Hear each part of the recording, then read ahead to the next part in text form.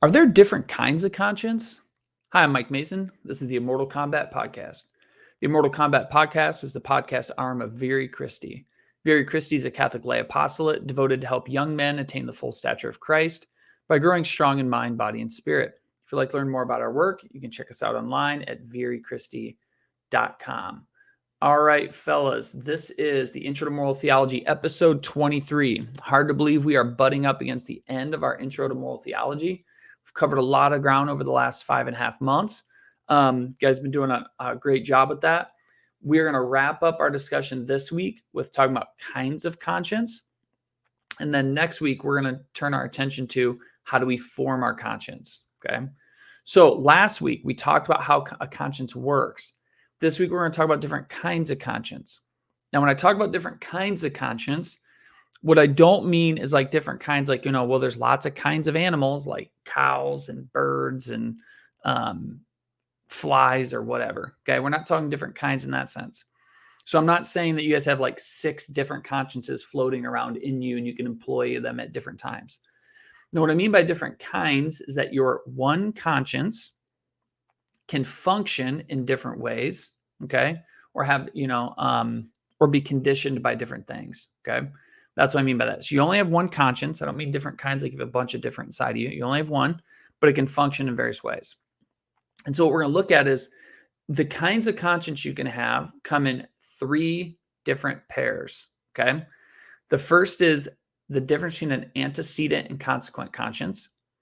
The second is a correct versus erroneous. And then a third is a certain as opposed to a doubtful. And what I think you guys will find when we go through this is this isn't overly difficult, but it's actually pretty helpful stuff to remind yourself of, because your conscience, remember guys, it's your guide, right? It's that voice of God inside you that's guiding you to eternal life, to making good choices. Understanding how that conscience works is really important, because if you guys can just constantly go, oh, this is what I'm doing here, this is what I'm doing here, then you guys are going to make better choices. And then when you honestly make wrong choices, you're going to be able to look back on those bad choices and go, oh, that's where I went wrong. Okay. So we do need to know how it works, like we talked about last week, but this week, like, what are the different kinds? Because it'll shed more light on how our conscience works well. Okay. Let's talk about the difference between an antecedent and a consequent conscience. Antecedent just means before, consequent means after. So your conscience can work before something, it can work after something. And it's probably pretty evident to you guys what that before and after is. Your antecedent conscience is when your conscience works before you act. Consequent conscience is your conscience working after you act. So an antecedent conscience guides future actions. So when you guys are like, okay, I'm going to ask my friend for help on my math homework, is the amount of help I'm asking for, would that be cheating, or is that like a good choice?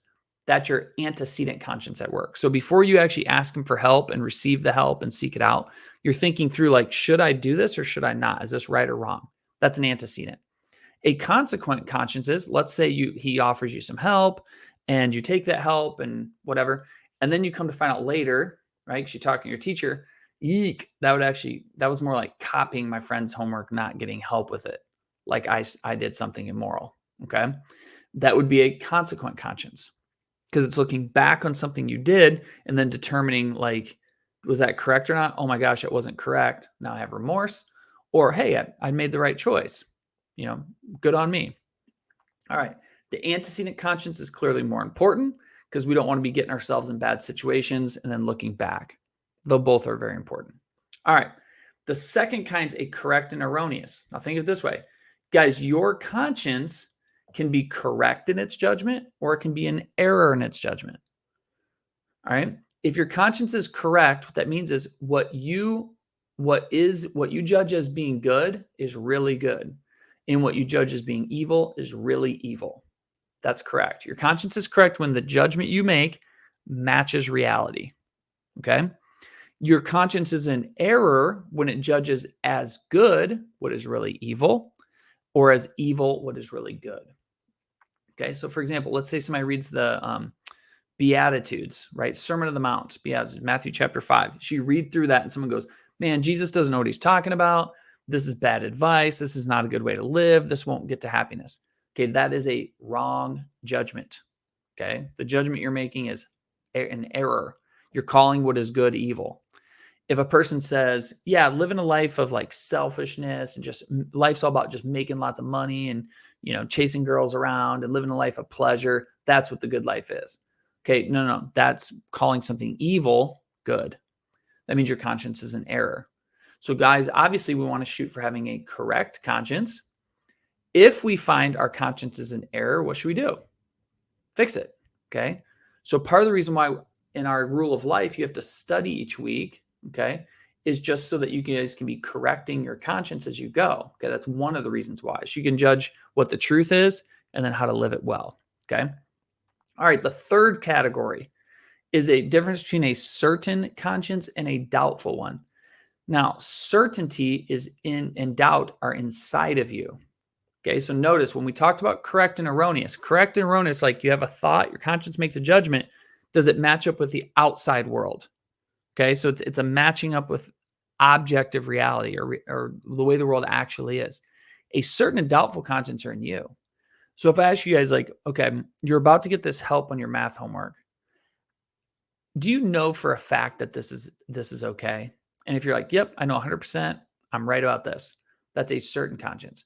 If you're like, I don't know, man, the kind of help I'm asking for, I think my math teacher might call this cheating. I don't know. Maybe she wouldn't. I'm not really sure. That's a doubtful conscience. Okay.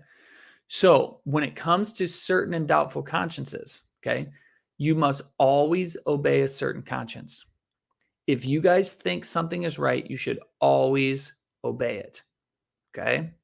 You do not want to get in the habit of breaking your conscience or going against it. Because remember, guys, we want to be thinking. The mind goes first. The mind thinks and determines what's good and bad. Once it determines something's good, you want your will to fall in behind and pursue it. If your conscience determines something bad, your will should avoid it. You want your will you want to train it to always be following your conscience. So when you think something's right, you should do it. If you think something's wrong, you should avoid it. Okay. Second, never act with a doubtful conscience. Don't do that. So if you're not sure what to do, suspend it. So if you're about to quote something on a research paper you're going to turn in and you're like, do I have to cite this like word for word? Like you're not really sure what to do. And you're like, I'm not really sure what I should do in this situation. Or let's go back to our math homework example. If your friend's offering you some help, finger quotes in the air, and you're like, I think this might be cheating. Okay. Don't do it. Don't do it. Okay. Because if you act with a doubtful conscience and it turns out the thing you're doing is actually wrong, but you just do it anyways, you're morally responsible for that. So being doubtful conscience doesn't get you off the hook. Okay. So we always want to act with a certain conscience and never act with a doubtful one. Okay. Now, let's say we think what we're doing is right. We're like, yep, I'm 100% sure this is right. Let's say then after we do it, maybe we suffer some consequences. And then, that consequent conscience, the one that looks back on our actions, it looks back and goes, ooh, that was not the correct choice. Okay. My conscience was in error. Then what do you need to do? Fix it. Okay. So notice, guys, as we wrap up, these kinds of conscience interwork with each other. The antecedent makes judgments. What should I do before I do it? Consequent looks back and go, was that the right thing? A correct conscience correctly identifies what's right and wrong. An erroneous conscience incorrectly identifies it. We need to be constantly correcting the errors we make. And then lastly, between a certain and doubtful conscience, we always want to follow a certain conscience, never follow a doubtful one. If we do something that we think is right, but it turns out it was wrong, we just need to fix that for the future. Okay. Those are the basic rules. So if you guys keep those distinctions in mind, that'll help you guys to make good choices in the future. And should you make a bad one, be able to correct that. So, all right, I think we'll wrap up there. Next week, we do our last episode of the Intro to Moral Theology. Should be good stuff. God bless. Have a great week.